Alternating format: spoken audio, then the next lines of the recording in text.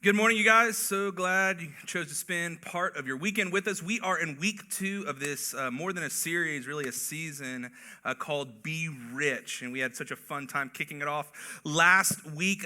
We're taking this idea for this series of being rich from this really obscure couple verses near the end of our New Testament. Paul writing to his apprentice Timothy, and he's encouraging him to lead his people in this way. It's 1 Timothy 6, chapter 6, verse 17 and 18. Command those who are rich in this present world. And last week we talked about how we'd like to all skip over that because none of us think that we are rich at all. But the reality check is that we live in not only the richest country in the world, but the richest country in the history of the world. And if you bring together in your household home more than $44,000 a year, you are in the top 1% wage earners in the history of the world, and especially of the world right now. So you, my friends, are probably rich. So Paul is writing to us, challenging us. He says, command those who are rich in this present world not to be arrogant, nor to put their hope in wealth, which is so uncertain, but to put their hope in God, who richly provides us with everything for our enjoyment.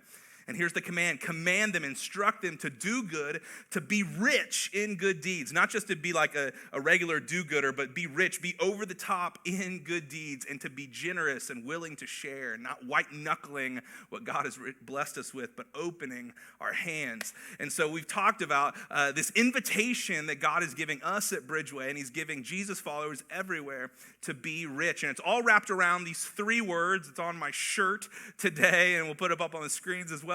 But we're inviting you to grow in your giving, your serving, and your loving. Last week we talked about this big word, give, and how we are actually taking an offering that 100% of the offering is going to 2 incredible nonprofit partners, going to the villages that Kristen talked about earlier, and going to Valley of Grace here in Kokomo, which is a rehab center as well. And we're inviting everybody to jump in on this, to be over the top in our generosity, challenging everybody to give $39.95. Sounds like QVC, right? $39.95, and because we're going to be able to make a big difference together. And so many of you guys jumped in on that last week. I know some of you weren't here last week. There's still time. We're still collecting the offering until Wednesday. But I'm so excited to reveal what we were able to do together in this way. But we talked about giving and how we can't be generous without giving financially. This week we're going to talk about what it means to be a person that lives in a posture of service to our neighbors, to our world. And then next week we're going to talk about what it looks like to embody love to our world. And so, like I said, we're going to talk about serving today. And when I think about being a person of service, I think it's just one of those things that if you've been around church at all, or even if you haven't been around church, but you think you know a lot about Christians and the church thing, Christians should be people that serve, right? And sometimes it falls into that category of, those things that at first you're like, oh, I get to do this. Oh, it's so incredible that I get to do this. And then as time goes by, it turns our get-tos into our ought-tos or should-dos or have-to-dos. You guys know what I'm talking about? You have those experiences in your life where you're like, oh man, this is so incredible. I get to do this. And as time goes by, you're like, man, I've got to do this, right? I just have to. It's a duty.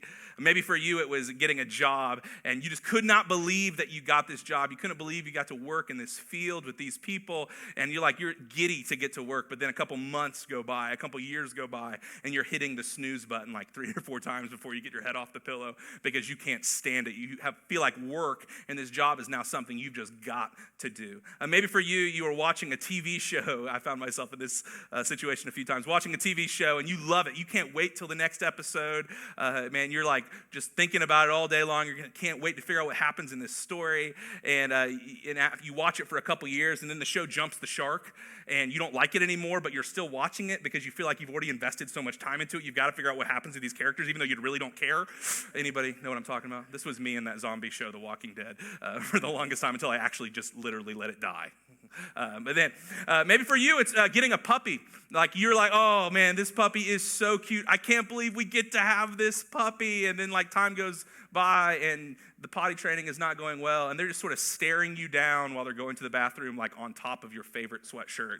And you're like, I have to do this. We're going to get through this. We have all these situations where there's things that were get-tos, we get to do them, turn into have-tos or ought-tos. I think that serving people, the longer that you follow Jesus, serving people, it's one of those things that if we're not careful, It can turn into those I ought to, I should do, I have to do. But what I want to encourage us with this morning is this reality right here. My friends, if you're a follower of Jesus, you get to serve. It is a privilege to serve. And serving is not just another thing that we add on to the Christian life. I will argue and hopefully convince you today that serving is the essence of being a Jesus follower. It's not something you add on. It's not something you do. It is something that you are. You are a servant to your neighbor, to this world that God so loves. It's so much to the core of who we are. I think it goes down deep into some of our most basic needs as humans, and serving meets those and shapes those. I put it this way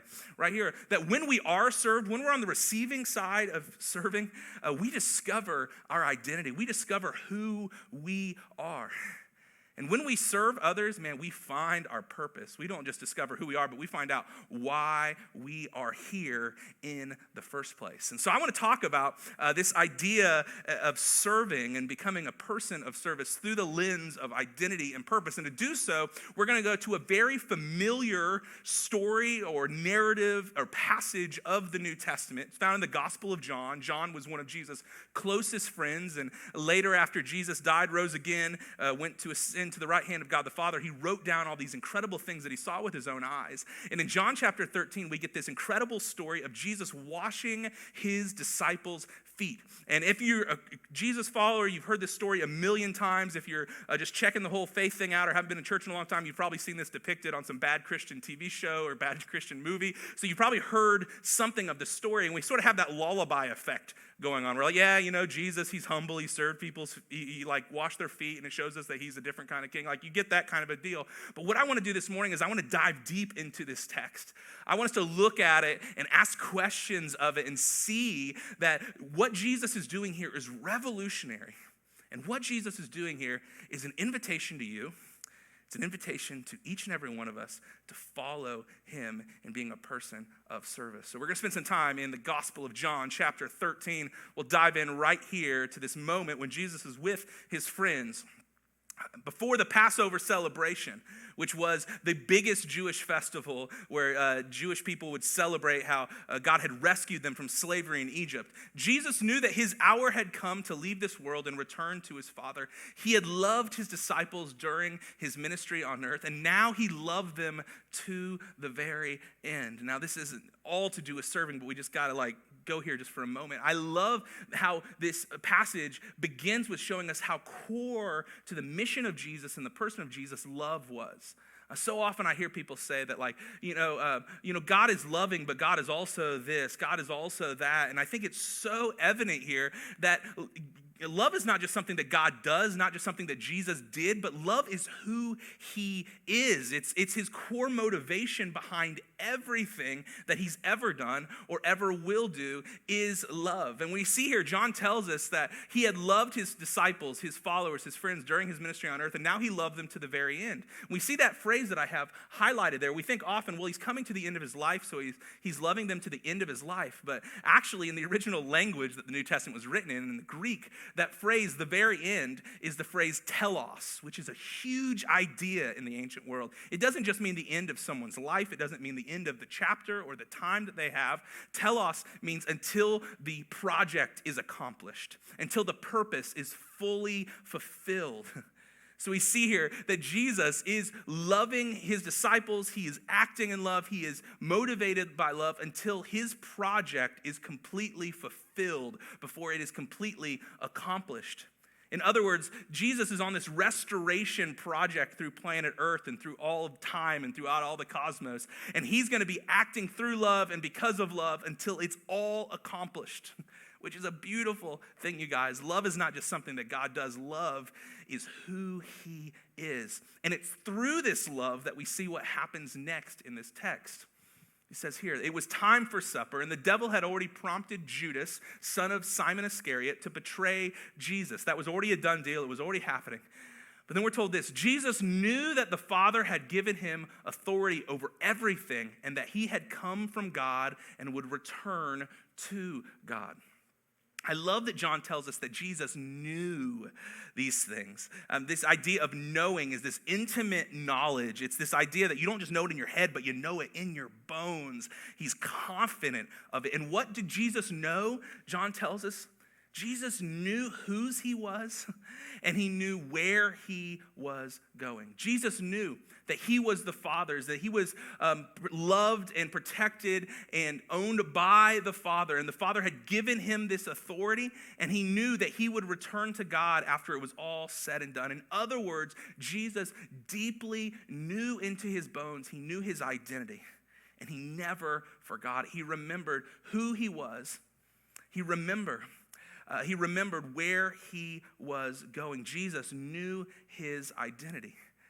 And I like to think of it this way. I think Jesus, right, in this moment, he was in this posture of complete humility. And when we think about humility so often, we think that it just means that you need to not think about yourself or think less of yourself. And I love C.S. Lewis describes humility this way. He says humility is not thinking less of yourself, it's thinking of yourself less often. But my favorite definition of humility that helps me understand this passage is by this great preacher, teacher, author by the name of Danielle Strickland. And Danielle Strickland, she's just incredible. You guys should check her out sometime. But she says this about humility. True humility is agreeing with God about who you are. It's not beating yourself down. It's not beating your chest, but it's agreeing with God about who you are. It's saying that, yes, I am made in the image of God, that I am on purpose and I have a purpose, that I am deeply loved to the core of my being before I do anything bad or stupid or greedy, and after I do anything good. It doesn't mean anything like it's tied to our actions, but we are loved.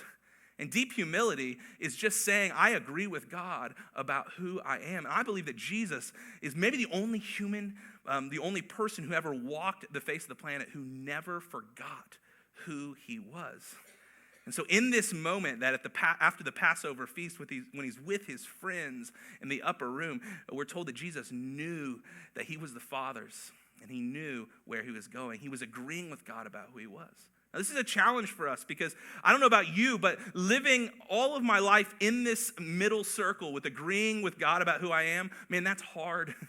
That's hard. I feel like more often than not, I'm on a continuum to the left or the right where I'm believing some things that are convenient, but I'm listening to other voices and I'm letting other emotional impulses change how I feel. Sometimes I feel like I slide over to this side right here. We'll just call this arrogance. This is like beating our chest, thinking that we're bigger than our britches, as my grandma used to say, right? Thinking that we're more than we actually are, where we lead into the fruit of our arrogance is just power. Feeling like we've got to power up on people, that we're doing things so that we have more power and influence. Sometimes that leads us to using other people like they're pawns in a game that we're playing and controlling other people and manipulating other people so that we can win. Sometimes we slide into that side of the equation, but maybe more often than not, because you guys are meek church people here with us this morning, we slide to the other side of this equation where we live out of insecurity, where we're just trying to please everybody. Any people-pleasing people in the house this morning where you think nobody rock the boat, if everybody's happy, then I'm going to be happy, right? Where sometimes we fall into this insecurity where we're just needing people to say things to us, needing people to do things to us to let us know that we're making an impact, that we matter, and that leads to another weird way of manipulating people.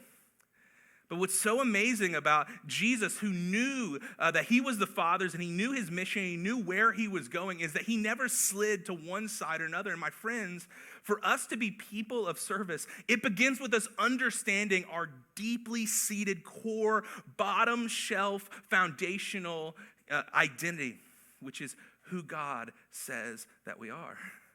We need to remember our identity if we're going to be people marked by serving the world the way that Jesus has created us to serve the world. Now, another thing that John is doing here by saying that Jesus knew this about him, another thing that Jesus is doing with his whole life is he's telling us what God is like. If you've got questions about what God is like, I'm telling you the best thing that you can do is just look at the person of Jesus.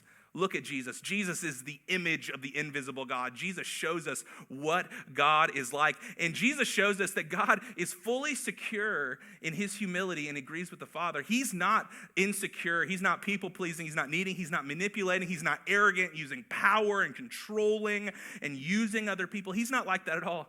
But Jesus is centered in the Father's will, and he's centered as the Father's Son. And this is what John is teaching us here at the beginning of this passage as Jesus is going to wash his disciples' feet. Another thing that we see here is a posture that you and I need to have of humility as we walk into becoming a person of service. We'll pick up here in John chapter 13, verses 6 through 8. See, Jesus came to Simon Peter. Peter said to him, "Lord, are you going to wash my feet?" Jesus replied, "You don't understand now what I'm doing, but someday you will." And Peter pushes back on Jesus. Peter says, "No way, Jesus." "No," Peter protested. "You will never, ever wash my feet." Jesus replied, "Unless I wash you, you won't belong to me."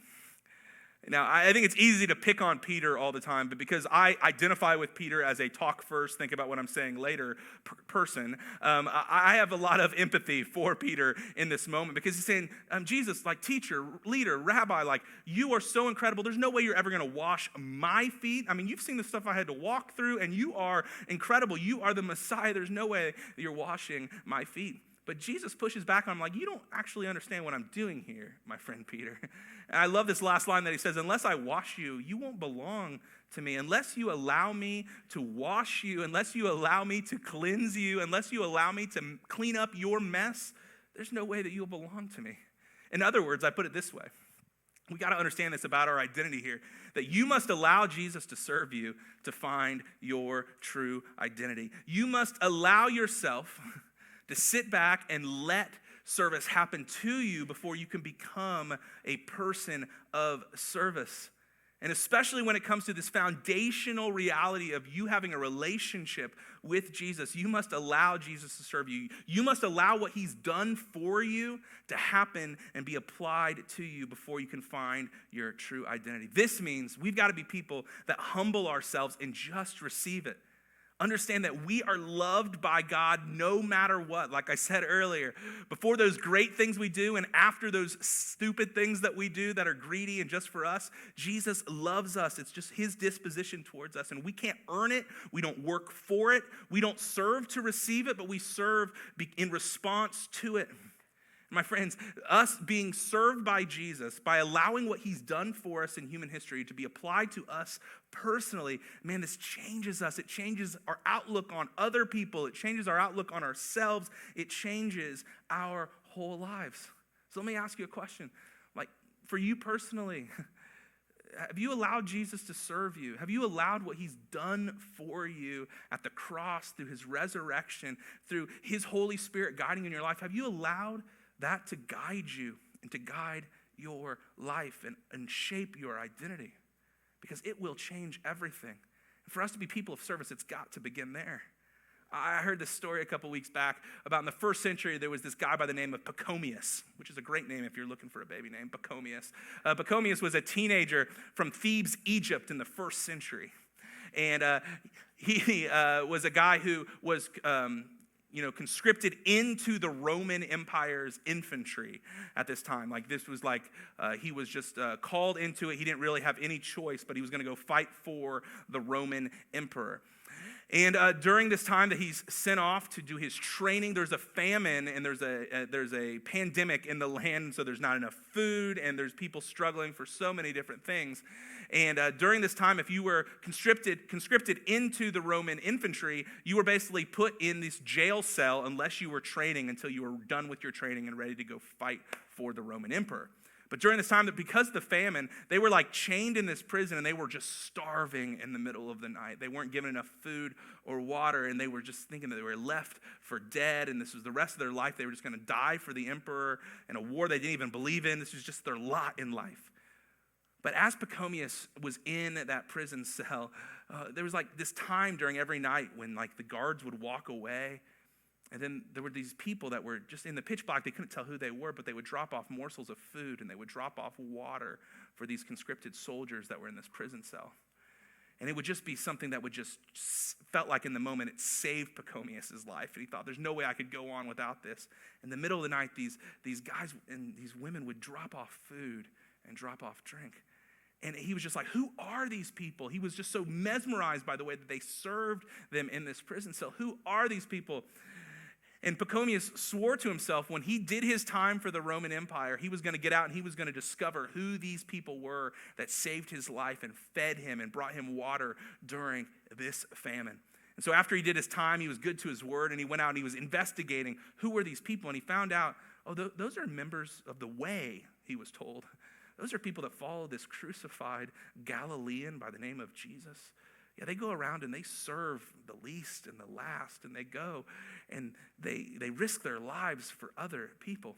And Pachomius was so blown away by these Christians, these members of the way that served him, that he dedicated the rest of his life to learn about this Jesus and to surrender his life to this Jesus. And Pachomius ended up becoming a leader in this early church movement. And now in the Catholic tradition and the Eastern Orthodox tradition, he's not called Pachomius the teenager from Thebes. He's called Pachomius the Great. He's considered a saint who led many people to trust and follow Jesus. You see, his whole identity was transformed because of the way he was served. He allowed people to serve him. He allowed Jesus to serve him, and his identity was transformed, and he changed thousands and thousands of people's life through the power of his service.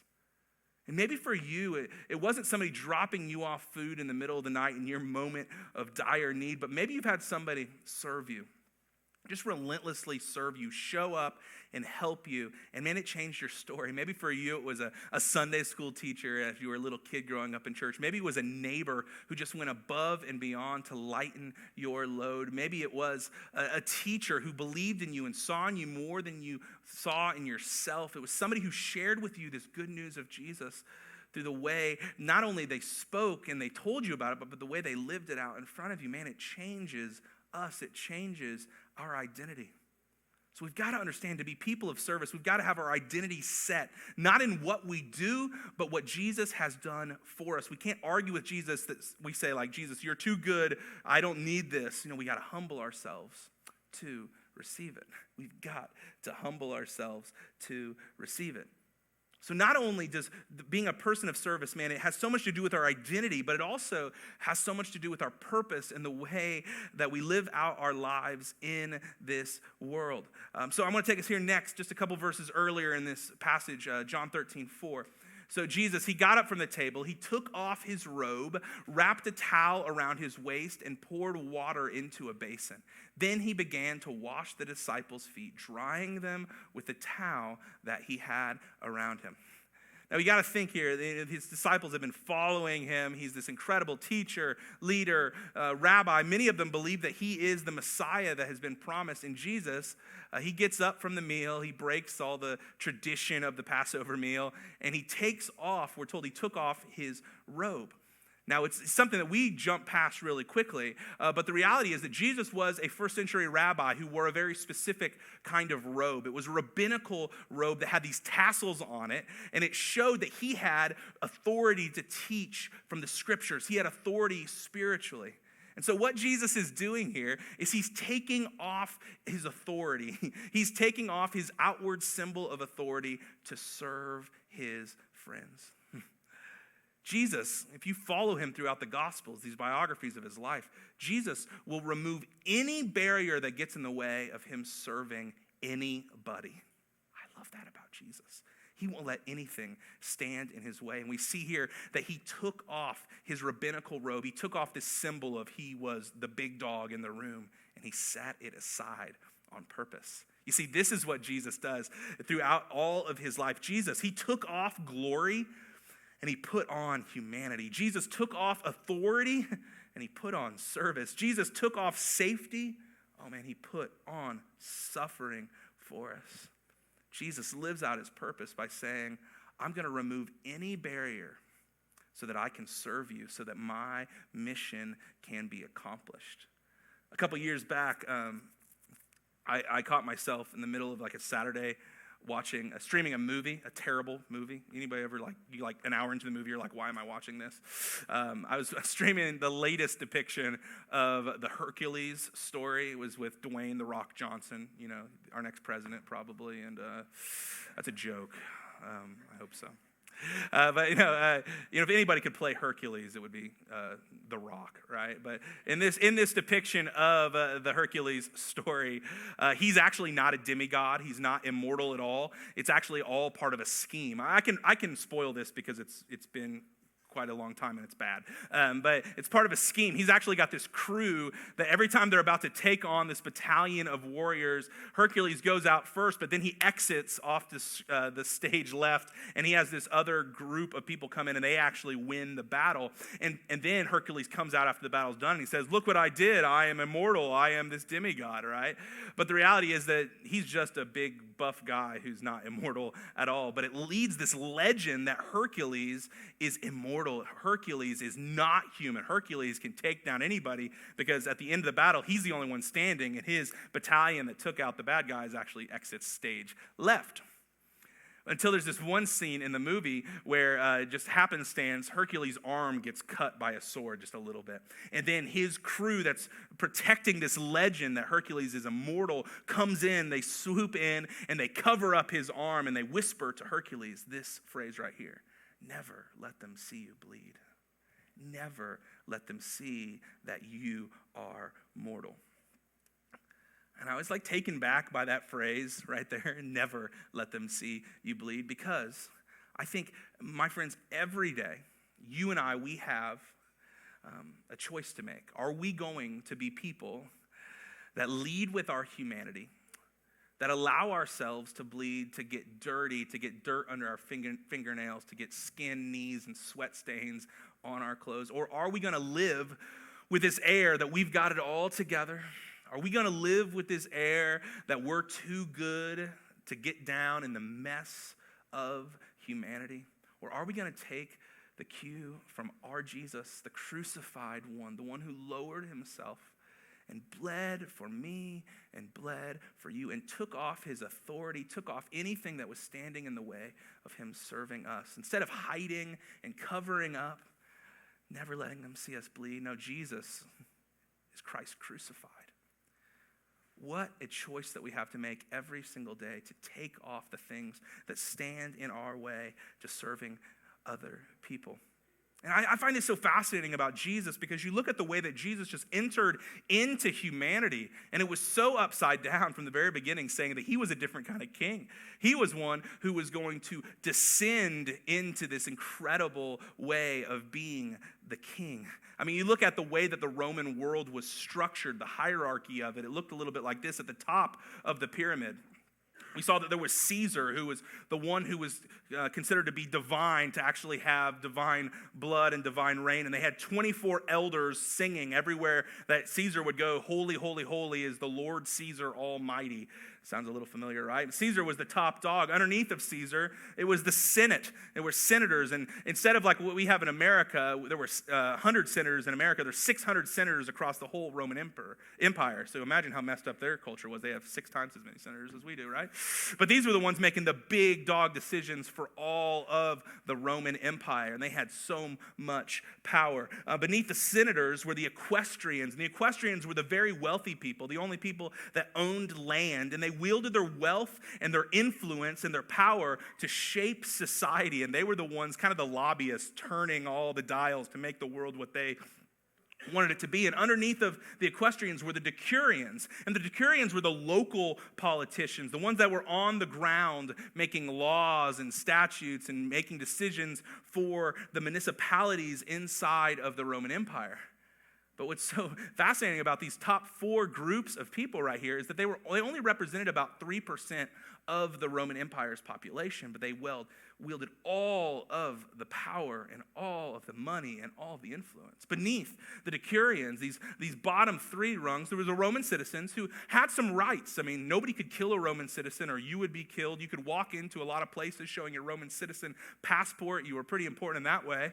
And underneath the Roman citizens were the people that were called freedmen. And freedmen were these people that were once slaves. They were once slaves, and that mark of them being once slaves was always there. But they had some rights, and they could build a life for themselves, even though they were looked at as they were always once slaves. So it was always a mark against them. And below that, the bottom rung of the ancient world were people that were considered servants.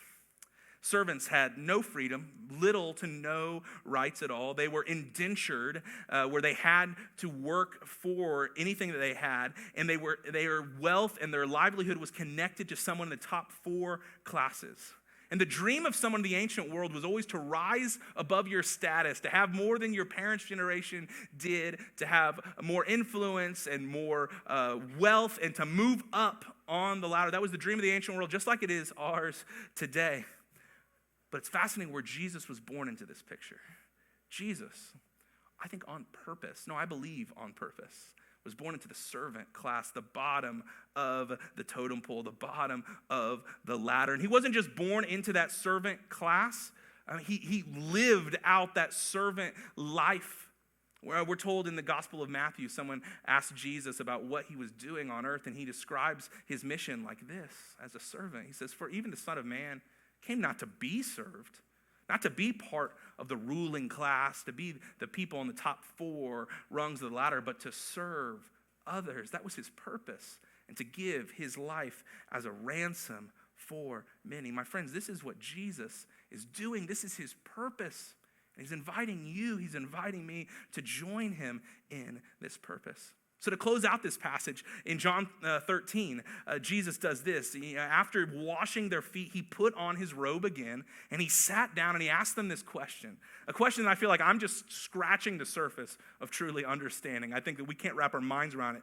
But he asked this question: do you understand what I was doing while I was washing your feet? I mean, do you understand what I was doing there? I mean, he's doing so much theologically. He's telling his followers, he's telling us today, this is what God is like.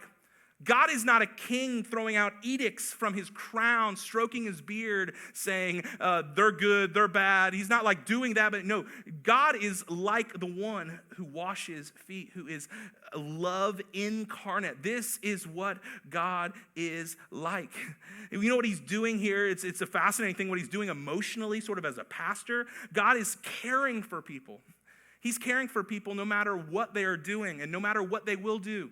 Notice there is no verse in John 13 saying that he did not wash Judas's feet. Jesus, all indication, washed his betrayer's feet to remind him, to let him know that he is loved no matter what he has done, no matter what he will do in the future.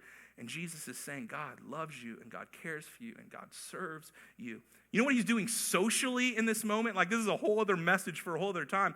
But Jesus is decimating the social hierarchy. He's decimating that pyramid we looked at. He said that slavery doesn't work anymore in this kingdom thing that I'm starting. You thinking you're better than other people because of your station in life or the color of your skin or the kind of work that your parents do, that doesn't work. It is over. It is demolished. He's saying the dividing line between people is over, and everybody can come to me, and I am going to serve and love everyone. Jesus is doing so much in this as he serves us, and he's inviting us to do the same. He continues on here, and he closes this passage, and he says this. He says, you call me, he's telling his disciples, you call me teacher and Lord, and you are right, because that's what I am. And since I, your Lord and teacher, have washed your feet, since I've washed your feet, what should they do next, right? This begs us to ask the question, what should they do next? Should they sing some songs about it? Is that what the text is going to tell us? Should there be some like really eloquent sermons about it, books written about it? Should there be like these cool services where people gather together and they just talk about how Jesus washed people's feet and served them? And should that be like the next step that Jesus gives us? No. Jesus does this. Jesus says this. Since I have washed your feet, you ought to wash each other's feet. I have given you an example to follow. So do as I have done for you. So what we're going to do next, we're going to have some basins up here. We're going to wash each other. No, I'm just kidding. We're not going to do that. But do as I have done for you. Take the posture of a servant. Get skin knees, dirt on your fingernails to be a person of service. Let's be people that serve our community and our world, because this is what our God did for us. And it's our purpose as well. So let me ask you a question. as we close this out. What do you need to take off? What do you need to set aside? What do you need to relinquish control over and let go of so that you can serve people? What's in the way of you serving your community, serving people?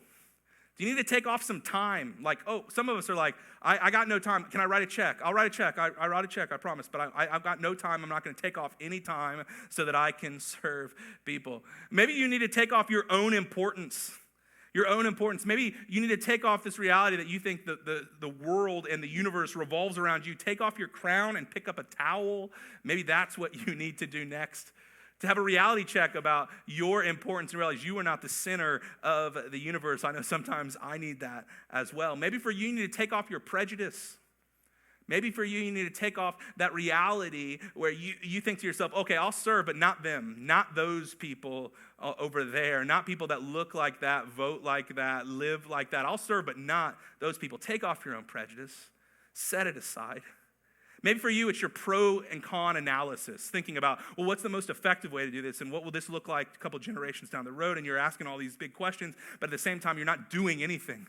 Maybe you need to take off and set aside your pro and con analysis and just get your hands dirty serving people. And one way that you can do that this week, our next step together in BeRich is that we are going to blitz our community and serve our community. So maybe for you can practice serving this week. Allison, our next steps director, has been just working so hard and killing it. I think we have like 16 different projects that we're going to be doing out in our community over the next 7 days, which is really, really awesome. Coming alongside our nonprofit partners and blessing them and just pouring fuel on their fire, coming alongside them to give them extra energy and hands where they need it. You can go to bridgewaykokomo.com/serve, or in the back of our lobby space, we've got a table set out where there's lots of different papers with lots of different descriptions and times where we can serve. And hey, here's another thing. Everybody that signs up to serve, either online or in person today in our lobby, you get a free new shirt that says Give, Serve, Love. They're pretty cool, pretty comfortable. We'd love for us to just be blitzing our community this next week. Understanding our identity is one that's agreeing with God about who we are and that we have been served by Jesus. And so then our purpose is to just go serve other people. Serve other people. My friends, how did Christianity survive? Have you ever asked yourself that question? I mean, was it because there was a bunch of money in the coffers? Was it because they had political power? Was it because their theology was so interesting and it drew people in? Was it because of those things? No. Christianity only survived the first 300 years because of the way that they served anybody and everybody and the way they radically followed Jesus. And when I mean follow Jesus, I don't mean an ethereal follow Jesus. I mean like they shadowed what Jesus did. My friends, it makes no sense that Christianity is still alive outside of this radical generosity that they lived. My friends, it can happen again. We can be known for that again. We can be known in our community for living that way and shadowing Jesus again. So I want to challenge each and every one of us. Let's be people that serve. Let's be people that don't just talk about it, but we be about it. Let's be people with skinned knees, with sweat stains on our shirts, so sweaty that it comes through the black in the t-shirt. I don't even care. Dirt underneath our fingernails. That is what Jesus has done for us, and that's what we're invited to do and be. Let's pray together. Jesus, we thank you so much for the way you served us, the way that you went on our behalf for us. God, we love you. We thank you. Help us do as you've done for us into our community.